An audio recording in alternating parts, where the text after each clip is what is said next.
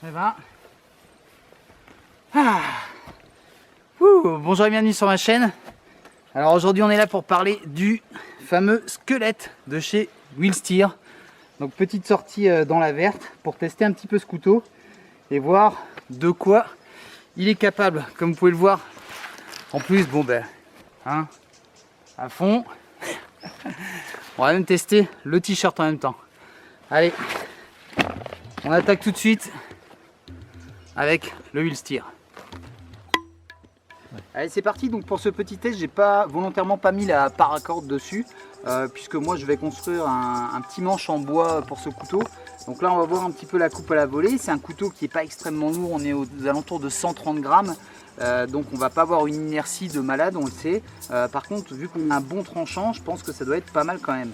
Là on a une section qui fait à peu près 5 cm de diamètre. Donc c'est le genre de petite section qu'on va pouvoir tailler. Donc si on n'a pas effectivement de scie, si on n'a pas pensé à prendre sa scie, on va pouvoir le faire avec ce couteau.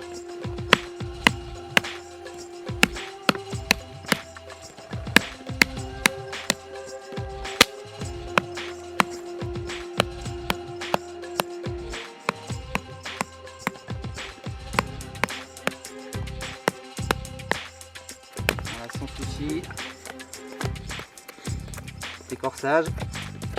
Elle est prise en main ici classique avec mes doigts là. Évidemment là le manche il n'est pas plein, mais j'arrive quand même franchement sérieusement très bien à le prendre en main, que ce soit dans cette posture ou cette posture. Là par exemple pour un peu décorsage, on va voir ce que ça donne.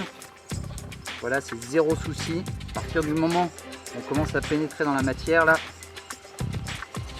ça part nickel.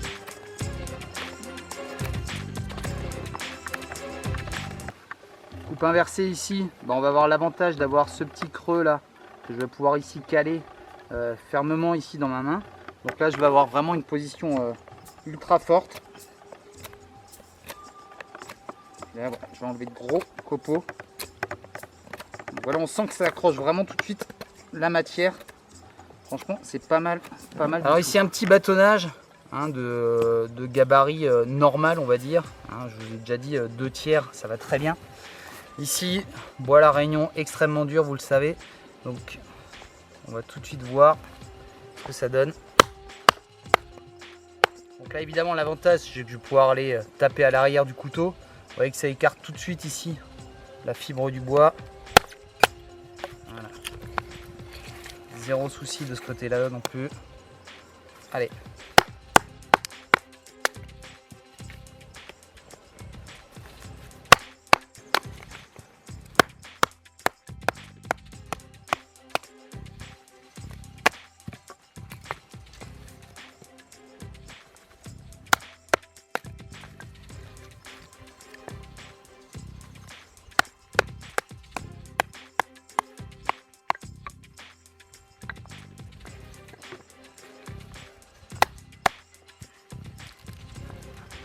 Allez, là on va voir un peu ce que ça donne au niveau des copeaux. Donc évidemment on va essayer de choper le meilleur angle possible.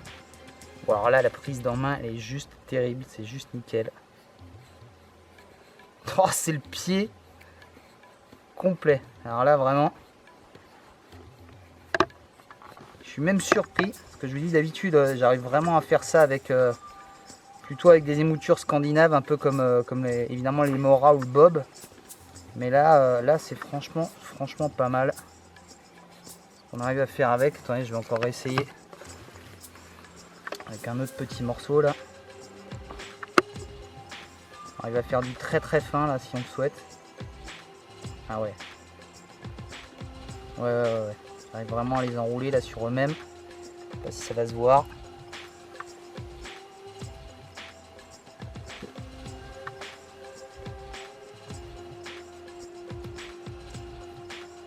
Nickel. Alors vraiment, je sais pas comment vous dire, mais c'est vraiment la prise en main qui est sympa là. J'ai pas une sensation de devoir forcer ici sur le tranchant. J'arrive ici, j'ai vraiment toute cette partie là où je peux travailler dessus. Là vraiment, je peux aller glisser tout le long ici. Et je peux également me rapprocher et le faire de cette manière là.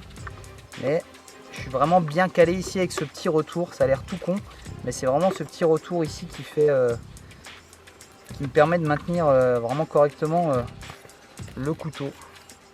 Franchement pas mal. On va avoir un peu des petites coupes à la volée, hein, comme on pourra voir ici avec une végétation qui est assez dense. Vous savez que parfois j'utilise mon couteau de cette manière.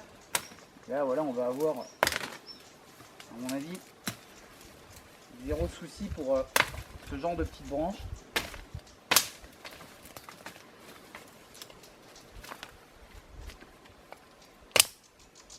Voilà, on va le tenir un petit peu plus en arrière.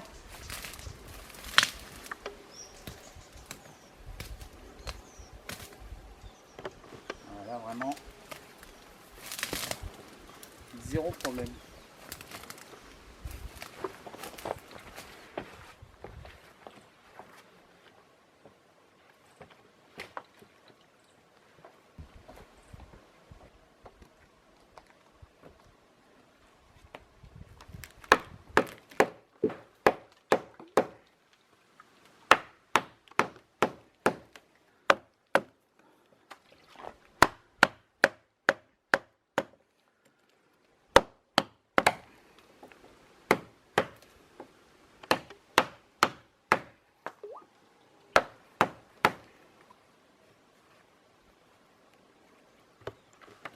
C'est bon.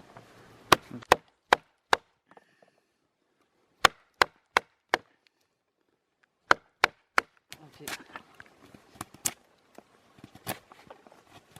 Vas-y.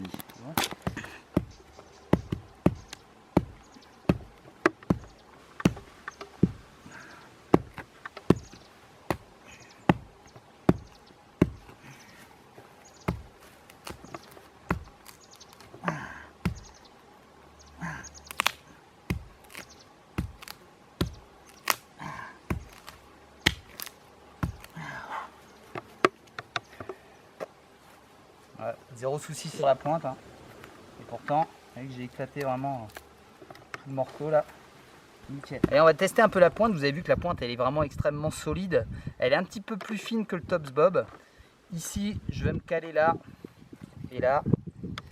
Et on va voir un petit peu ce que ça donne. Bah, ça marche plutôt pas mal. Déjà, on n'a vraiment pas peur de forcer dessus. On a vraiment un angle qui est vraiment bien étudié pour ce genre de choses.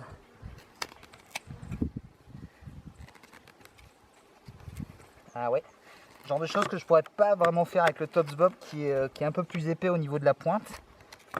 Et là franchement, alors je vais pas continuer beaucoup plus long, mais regardez, déjà c'est assez sympa ce qu'on arrive à faire. Encore une fois là je suis sur un bois qui est un peu vert. Je vais retrouver une branche un peu plus sèche et on va retester. Bon, idem sur quelque chose d'un peu plus sec. Bon pareil, hein. La prise en main elle est nickel parce qu'on assure vraiment ici avec cette fameuse petite garde. Et là c'est pareil. Ah, vous allez voir tout de suite, regardez. Pareil, on force un peu plus que dans le bois qui est un peu plus vert. Mais honnêtement ici voilà. C'est vraiment une super sensation d'aller chercher, d'aller creuser comme ça là. La pointe elle bouge pas, il y a zéro souci. Okay. Je vais vous reparler un tout petit peu de la prise en main là parce que ça fait un petit bout de temps maintenant que je l'utilise. Je veux enlever les gants pour vous montrer un petit peu. Comme je vous le disais, pas encore énormément d'épaisseur, mais déjà ici cette fameuse garde, ce retour, ça me permet vraiment déjà ici dans cette prise forte d'avoir vraiment un bon maintien et de pouvoir travailler ici et même dans ce sens là puisque la hauteur ici est suffisante pour pouvoir bien correctement serrer le couteau. On vous parlait d'épaisseur, mais là je vous parle de hauteur. Donc là je suis franchement pas mal. Ici aussi. Coupe inversée, je vais avoir encore une fois cette partie qui va venir ici se bloquer là. Donc je vais avoir vraiment pas mal de puissance ici pour venir tirer le couteau. Et là quand je vais travailler effectivement un peu avec la pointe, quand je vais venir ici rapprocher et tenir la lame de cette manière, je vais avoir ce doigt ici qui va venir ici se caler. Et c'est pareil, je ne vais pas risquer de glisser dessus quand je vais venir ici tourner par exemple ou travailler avec l'avant de la pointe.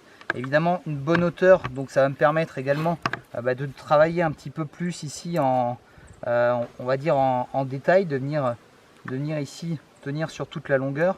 Donc ça évidemment c'est également intéressant puisque j'ai toujours encore cette partie là ici qui vient vraiment me caler la main dans le couteau. Encore plus je dirais si effectivement on gardait juste la paracorde, il serait même possible de venir ici caler sur certaines prises de main le couteau ici. Surtout si je vais faire un peu de coupe à la volée, si je vais aller chercher le couteau vraiment derrière, je peux toujours encore ici le tenir comme ça. Alors c'est pas super agréable mais pourquoi pas.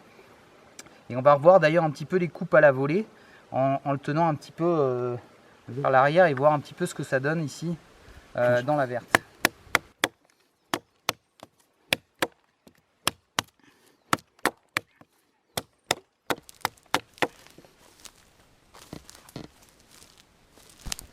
Alors là c'est un petit endroit que j'adore parce que alors c'est de l'eau stagnante, c'est de l'eau pas classique donc on boit pas et ouais, c'est super joli, même petit cadre, même si on boit pas on est. Et ouais, c'est super joli, même petit cadre. Voilà j'ai trouvé un gros tronc et je vais pas le couper forcément en deux mais on va voir un petit peu ce qu'on peut faire avec du bâtonnage à plat justement. À mon avis, ça risque plutôt d'être la massue qui va partir en premier. Mais on va voir un petit peu ce que ça peut donner. Donc, vous voyez que c'est une grosse section. Si la caméra se rapprochait, ça serait super bien. Viens voir par là. Ah, bouge pas, regarde ça. Allez, et tu peux même te caler par là en dessous. Nickel. Allez.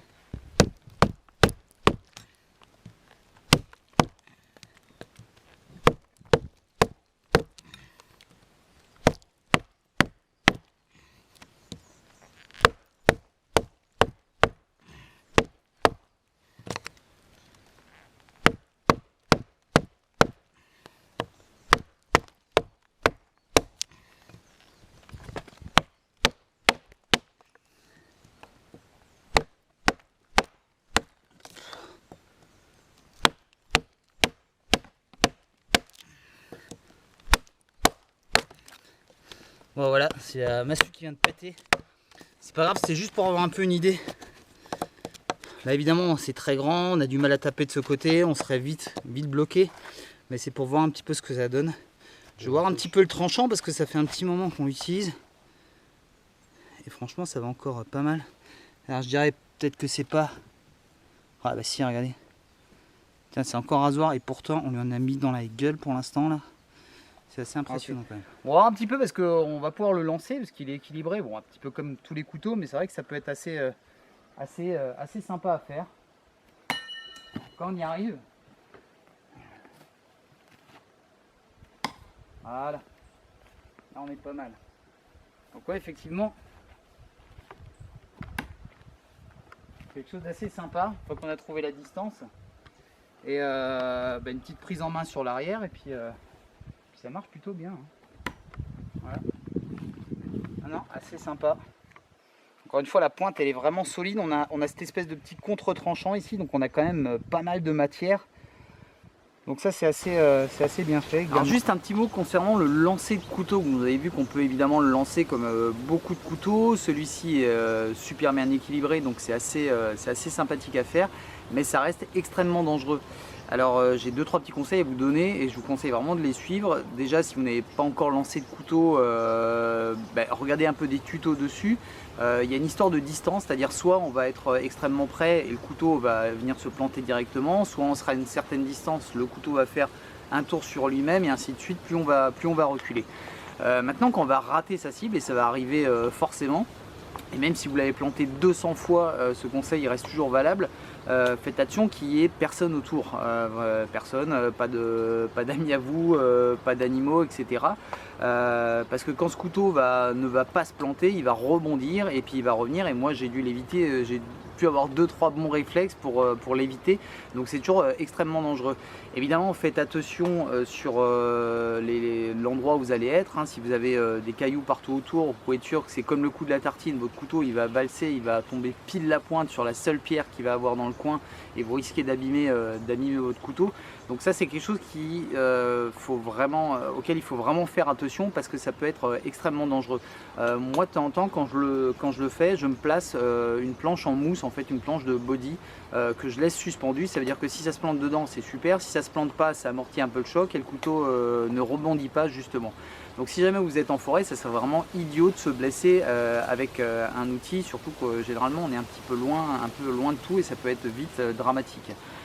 Pour lancer le couteau, juste petite chose encore, c'est pas la peine de lancer hyper fort, ça sert à rien. On va juste donner une direction et une rotation au couteau et c'est l'inertie même du couteau qui va faire le reste. Vous avez vu que si vous laissez tomber votre couteau, il va se planter. Là, ça va être exactement pareil. C'est presque, imaginez qu'on prenne quelque chose de léger comme une flèche et qu'on venait la lancer simplement à la main ici, on va réussir à la planter alors qu'elle est extrêmement légère. Là, c'est exactement pareil, donc ça sert à rien. Si on tape très fort, soit en loupe, ça va revenir 2 fois plus vite, soit on va enfoncer le couteau jusque là, on va avoir du mal à le retirer, etc. Donc pensez bien à tous ces petits conseils pour pas vous faire mal. Sinon, à part ça, celui-là, ça fonctionne très bien. Il a une pointe qui est extrêmement solide, donc c'est assez drôle à faire. On va parler un peu de l'étui. Pour être honnête, au départ, je voulais pas en prendre puisque je voulais me faire un étui en Kydex et ça aurait été dommage parce que j'aurais pas pu vous le présenter.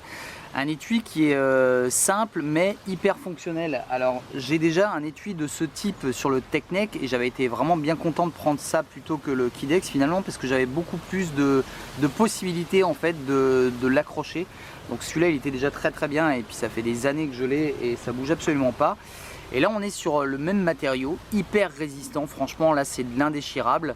On va avoir ici un petit passant velcro qui est un petit peu plus large qui va me permettre, si jamais j'additionne au couteau un manche en bois, de pouvoir quand même justement encore entourer le manche. On est sur une super rétention, donc là c'est rigidifié et là vous voyez que ça bouge absolument pas. Donc, va falloir le retirer ici. Il va rentrer facilement. Alors là encore une fois pareil, droitier ou gaucher, on va pouvoir le fixer dedans sans souci. Maintenant, petite chose à noter tout de même par rapport à ça. Donc si jamais vous allez l'utiliser dans cette configuration là, il faudra peut-être faire attention. Si jamais on va le porter à la ceinture, on risque évidemment de rester peut-être accroché avec une branche ici et on risque de faire sortir le couteau de cette manière. Il suffit qu'on saute à un moment, qu'on est dans une végétation assez dense, on pourrait très bien perdre le couteau sans le voir. Donc là à la limite on peut toujours s'amuser si vraiment on sait qu'on passe dans des endroits, des passages difficiles, on va venir ici le sécuriser ici complètement et là il y aura beaucoup moins de chances de le perdre de cette manière. En tout cas voilà un étui qui est fonctionnel. Maintenant pour moi qui répond pas complètement à mes critères, puisque moi mon critère, alors je le compare encore une fois au Tops Bob, c'est pas pour comparer mais enfin pas pour comparer, c'est pour bien vous expliquer. Sur le Tops Bob j'ai un étui en Kydex que je vais placer ici et je vais pouvoir dégainer rapidement mon couteau et le rengainer quasiment sans le regarder. Là ici le petit souci que je vais avoir, alors encore une fois c'est personnel, donc évidemment je vais venir, je vous le fais en direct, hop, je me mets le couteau à la ceinture, voilà. Et si je veux vouloir venir ici retirer le couteau, soit je vais être obligé d'avoir un petit cordon ici qui va s'accrocher ici à ma cuisse, soit je vais devoir bloquer ici ma main pour pouvoir le retirer. Sinon ça va être extrêmement délicat, il va falloir que je monte jusqu'ici, que je tire un peu dessus. Alors c'est faisable, vous voyez bien, puisqu'au bout d'un moment je vais me retrouver ici avec l'étui dans ce sens et je vais pouvoir retirer le couteau, mais ça va être évidemment moins pratique qu'un étui qui serait rigide. Évidemment là un gros passant, donc là il n'y a pas de souci. Vous avez vu pareil pour la réintégration, ça par contre ça va tout seul, il suffit que je regarde où je mets, hop, je pousse dedans et là je sais que mon couteau ne va absolument pas bouger. Là pareil, j'ai suffisamment de marge pour pouvoir ne pas être gêné dans mes mouvements, de pouvoir m'installer également dans un véhicule ou m'asseoir au sol si j'ai besoin. Également petite chose à noter, c'est que ça remonte pas très haut, vous voyez que c'est assez bien pensé également, c'est à dire que si vraiment j'avais un vêtement un peu plus ample, si j'avais une veste etc, je serais pas embêté puisque la poignée est largement en dessous de ma hanche. On va pouvoir évidemment le positionner d'autres manières, parce que vous avez vu que derrière, là encore, même au niveau des coutures, je vous laisse regarder, mais c'est vraiment correctement fait. Un matériau qui, encore une fois, va pas prendre forcément la flotte, l'humidité va pas se déformer, donc ça c'est toujours aussi intéressant puisque ça va rester toujours figé, ça va pas bouger. nettoyage, un coup de brosse et puis on n'en parle plus. Ça ici on va pouvoir évidemment l'accrocher un petit peu sur un sac ou partout, ou comme je l'avais essayé, dans le dos. Alors c'est vrai que ça devient, je vais essayer de le retourner complètement, voilà, ça devient grand, mais pourquoi pas. Il suffirait de repasser un petit cordon là, ça pourrait être une idée. Maintenant, une autre solution pour le port que moi j'aime bien, alors je vais remonter légèrement la caméra pour vous montrer ça, c'est que moi je passe une petite paracorde ici et je viens le placer sous mon aisselle ici. Donc quand je suis sur le bivouac, je ne suis pas embêté avec le couteau ici, je peux préparer la nourriture, etc. Et que si j'ai besoin de mon couteau, je le fais surtout avec le Technic, mais ici c'est carrément possible, c'est de venir ici simplement. Donc on n'a même plus besoin de cette main puisque c'est maintenu, on va pouvoir facilement dégainer son couteau et il y aura juste à ce moment là pour le rengainer que je vais être obligé de tenir le holster. Mais là le holster, en fait l'étui, mais qui va se porter un petit peu comme un holster. Donc ça c'est vraiment intéressant. Donc je vous dis encore une fois, un étui qui est fonctionnel. Alors c'est vrai que quand on est en train de passer sa commande, etc., on hésite parfois à prendre l'étui. Là le truc sympa c'est qu'effectivement on peut choisir de le prendre ou pas. Mais après, sincèrement, je vous conseille, en tout cas si vous n'êtes pas bricoleur et vous n'allez pas vous faire un étui en cuir ou en Kydex, celui-là franchement est plus que correct et plus que fonctionnel, et je vous dis encore une fois, extrêmement résistant. Avant de conclure, je vous montre juste le couteau d'un peu plus près, pour que vous puissiez apprécier.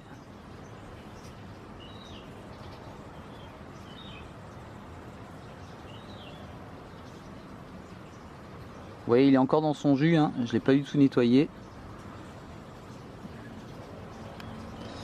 C'est donc fourni avec soit si vous décidez de prendre la pochette, évidemment la petite pochette qui va bien avec, la paracorde de votre choix, vous avez vraiment plusieurs couleurs disponibles. Là il y a largement assez pour confectionner le manche. Derrière vous avez un petit flash code, mais il suffira d'aller sur le site simplement ou sur YouTube pour trouver le tuto qui est super bien fait concernant la paracorde. Alors il y a évidemment une multitude de possibilités.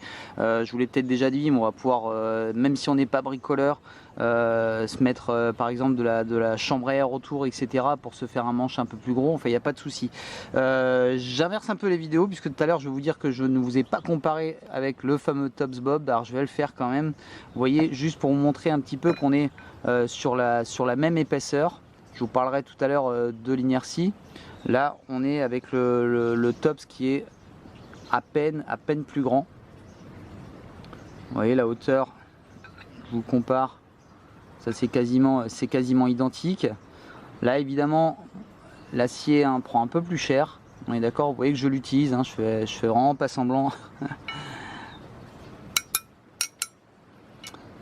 Donc là acier carbone, là acier inox, aussi quelque chose auquel il faut penser. Je vous parlais de la pointe tout à l'heure, donc évidemment avec cette pointe ici j'ai beaucoup plus de mal à travailler qu'avec celle-ci, comme vous pouvez le voir. Là je suis sur quelque chose qui est beaucoup plus fin, qui me permet de faire quand même des petites choses beaucoup plus intéressantes. Je vous parlerai aussi d'inertie puisque là je vais avoir un angle qui est un peu plus important quand même que là, donc je vais avoir une pénétration dans le bois qui sera un peu meilleure, même si j'ai un peu moins d'inertie qu'avec celui-là. Allez, on va essayer de faire une conclusion rapide sur ce couteau, juste pour vous dire que là c'est la version en Z40, donc en XC46 13 Mobilène, je sais pas quoi, etc., avec 53-54 HRC au niveau de la dureté. Il existe également en N690, il est un tout petit peu plus cher. On aura un acier qui sera aux alentours de 58 à 59 HRC, donc qui sera un peu plus résistant, également au niveau du tranchant. Moi, pour vous dire que je l'ai utilisé depuis une petite semaine, alors évidemment sur la petite sortie dans la verte, mais également à la case, etc. Et que franchement le tranchant il reste encore tout à fait correct. Alors je croyais avoir une feuille dans le coin pour vous montrer un petit peu ce que ça donne. On n'est plus sur un tranchant rasoir, encore que très franchement là ça marche encore pas trop mal. Donc là par exemple si je repartais, je le laisserais comme ça serait pas un souci. Évidemment un peu plus facile à affûter certainement que le N690C. Donc moi je suis plutôt dans l'esprit d'avoir un couteau de ce type parce que c'est suffisant. Vous avez vu que je vous avais présenté il n'y a pas très longtemps une marque assez connue d'un couteau pliant qui était un peu destiné à ce genre d'usage, mais qui très honnêtement était un petit peu léger. Là avec ça vous allez pouvoir vous faire plaisir, vous allez pouvoir faire tout sur le camp, vous avez vu. Juste petite chose, vous avez vu, je vous en ai pas tellement parlé, mais pour allumer du feu avec la petite pierre à feu qui va bien, là on a des parties qui sont un petit peu arrondies, donc c'est sympa puisqu'effectivement quand on va tenir le couteau ça va pas être blessant, mais par contre pour allumer ça va pas vraiment fonctionner de ce côté là, donc moi j'ai pris le tranchant, hein, pour deux égratignures, c'est pas très grave. J'ai eu aucun chip sur la lame, alors je sais pas si ça va se voir. Voilà, j'ai eu aucun accro en tout cas, pourtant je lui en ai mis quand même pas mal dans la gueule. Juste pour vous parler un instant aussi de cette marque, alors moi j'aime bien, alors ce qui est sympa avec cette marque c'est que soit on aime soit on n'aime pas. À partir du premier couteau qu'ils ont fait, le Willsteer classique, c'était soit c'est dégueulasse, soit on aimait. Donc c'est vraiment, il n'y a pas de, j'ai l'impression qu'il n'y a pas de demi-mesure avec cette marque, moi j'aime bien. On reconnaît tout de suite, en tout cas quand on voit un couteau Willsteer, on le reconnaît tout de suite, donc ça veut dire qu'ils ont vraiment une identité. Je trouve que l'état d'esprit de Willsteer est aussi intéressant. Ça mine de rien, c'est une entreprise familiale, c'est des couteaux qui sont faits pour être utilisés. Donc là encore une fois je rebondis sur une petite remarque que j'avais lue sur Facebook. Ce qui était sympa c'est le fait de faire le petit teaser, mais ça m'a permis de discuter avec pas mal d'entre vous dès qu'ils l'ont testé, dès qu'ils l'aiment pas, etc. Et j'avais eu deux trois personnes qui me disaient ouais c'est vrai que les finitions parfois c'est pas au top. Alors c'est vrai, effectivement. Je vous montre un petit exemple, je ne sais pas si ça va se voir. Ici voilà le tranchant ici de ce côté il remonte un peu plus de ce côté là. Ouais bon. Là effectivement derrière on n'est pas sur un truc hyper bien fini machin, voilà, moi ça me dérange absolument pas parce que ça va vraiment être un outil, un couteau qui va être fait pour être utilisé. Donc vraiment ça me gêne absolument pas, et au contraire je trouve que ce procédé semi-industriel, bah, ça rajoute une petite patte humaine.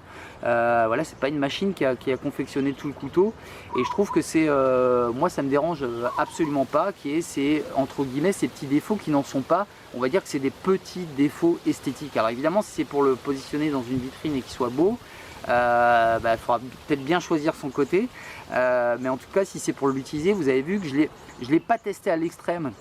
Alors souvent on voit des tests où on essaie vraiment de le mettre à l'extrême, hein. Je l'enfonce de ça dans un arbre, j'essaie de monter dessus.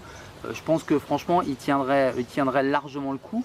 Donc quelqu'un qui veut pas mettre énormément d'argent, qui veut peut-être découvrir la marque, qui veut avoir un couteau qui a un bon rapport qualité-prix et qui, encore une fois, je le répète, qui est made in France, on devrait même dire fabriqué en France, bah, je trouve que c'est intéressant ce rapport qualité-prix, et le fait qu'en plus bah, voilà, c'est un couteau qui fonctionne parfaitement bien. Je reviens aussi un instant sur le fait qu'on me riait un peu au nez quand je vous parlais de la prise en main de ce couteau, même dans cette configuration là. Hein, j'étais parti là-dessus en me disant bah tiens, si j'avais effectivement que ce couteau là et que j'avais eu besoin de ma paracorde et que bah, finalement je suis obligé de l'utiliser comme ça, est-ce que c'est possible, est-ce que ça marche quand même? Évidemment je suis pas aussi à l'aise qu'avec un manche plein, évidemment ça c'est clair et net, mais j'arrive quand même tout de même à faire toutes les tâches dont j'ai besoin avec, je ne suis pas gêné outre mesure. Encore une fois il a été bien pensé ici ce couteau, le fait de pouvoir ici caler sa main dans la garde, le fait qu'ici ça redescende, en fait que ce soit un peu plus épais au fond, bah voilà, j'arrive quand même à bien maintenir, j'ai pas des mains énormes, hein, encore une fois 7,5, franchement voilà, je tiens le couteau. Les petits crans ici, qui encore une fois je dirais presque c'est caractéristique à cette marque, on les voit, ils sont assez profonds, ça fait le job, ça blesse pas forcément, c'est vrai que c'est pas super agréable quand on va travailler un petit peu longtemps avec, mais franchement voilà, c'est pas plus mal qu'autre chose. Le fait qu'il soit léger également, bah, c'est toujours intéressant parce que si on a pas mal de matériel à porter, bah, en plus je vous avais dit mon Tops Bob il fait 260 grammes, donc c'est exactement le double de ça. Donc évidemment là encore j'ai pas intégré de manches, etc. Mais voilà, ça peut aussi être un critère peut-être de choix pour vous, d'avoir un couteau léger à transporter et qui soit quand même suffisamment solide pour tout faire. Je voulais vous le comparer au bob, il est rangé, je suis désolé, je vous ferai des photos, etc. Voilà, j'ai un peu la flemme d'aller le chercher. Juste pour vous dire qu'il est quasiment, je crois qu'ils font la même épaisseur, ils font quasiment la même taille. Le look de la lame se ressemble un petit peu.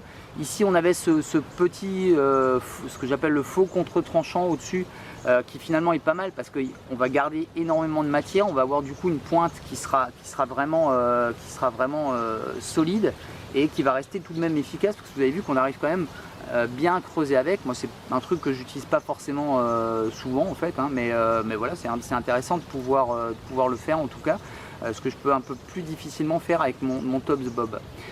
Quand je l'ai pris en main et quand je l'ai tout de suite comparé au Tops, évidemment par rapport à ce rapport de poids, je m'étais dit qu'évidemment j'aurais beaucoup moins d'inertie avec celui-ci. Maintenant cette émouture finalement qui n'est pas comme celle du Bob, parce que le Bob je suis sur une grosse émouture scandinave mais qui reste assez large, donc évidemment je vais avoir beaucoup d'inertie mais au final je ne vais pas tant pénétrer le bois que ça. Là finalement je me retrouve avec un angle un petit peu plus serré et au final j'ai une pénétration qui reste quand même correcte et qui permet en gros entre guillemets de pallier à ce manque d'inertie dont moi j'ai l'habitude, parce que quand je regarde vraiment les autres revues et les poids etc, parfois je suis toujours étonné de me dire d'ailleurs un des derniers couteaux que j'avais, le Lion Steel, qui était aussi assez léger, ça me paraît toujours un peu bizarre et finalement à l'utiliser, bon c'est pas plus gênant que ça.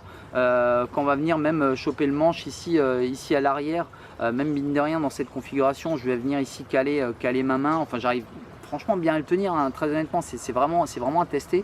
Voilà, je vais avoir quand même cette inertie est largement suffisante pour faire ce que je vais faire avec. S'il me faut plus gros, après je vais avoir une hache, une machette, etc. Mais pour les petits travaux, on veut se tailler une pointe, etc. On a 2-3 branches à enlever parce qu'elles nous gênent dans le passage. Voilà, c'est vraiment pas gênant. Je vous ai dit ce que je pensais de l'étui, qui est très bien, mais pour moi qui n'est pas tout à fait adapté à mon utilisation personnelle. Le fait encore une fois qu'on puisse customiser ce couteau, ça je trouve ça sympa, parce qu'évidemment on va choisir la couleur de sa paracorde, etc. On va pouvoir, si on est bricoleur, je vous l'ai déjà dit, intégrer un manche, en faire un même, pourquoi pas avec avec une chambre à air. Ça va permettre d'avoir encore de la chambre à air pour attacher des trucs, la faire brûler, etc. Enfin voilà, c'est vraiment un couteau qui est dans l'esprit outdoor, qui est voilà, survie, bushcraft, tout ce que vous voulez, ces mots qui sont un petit peu à la mode. Mais en tout cas, vous avez vu qu'on peut faire tout avec.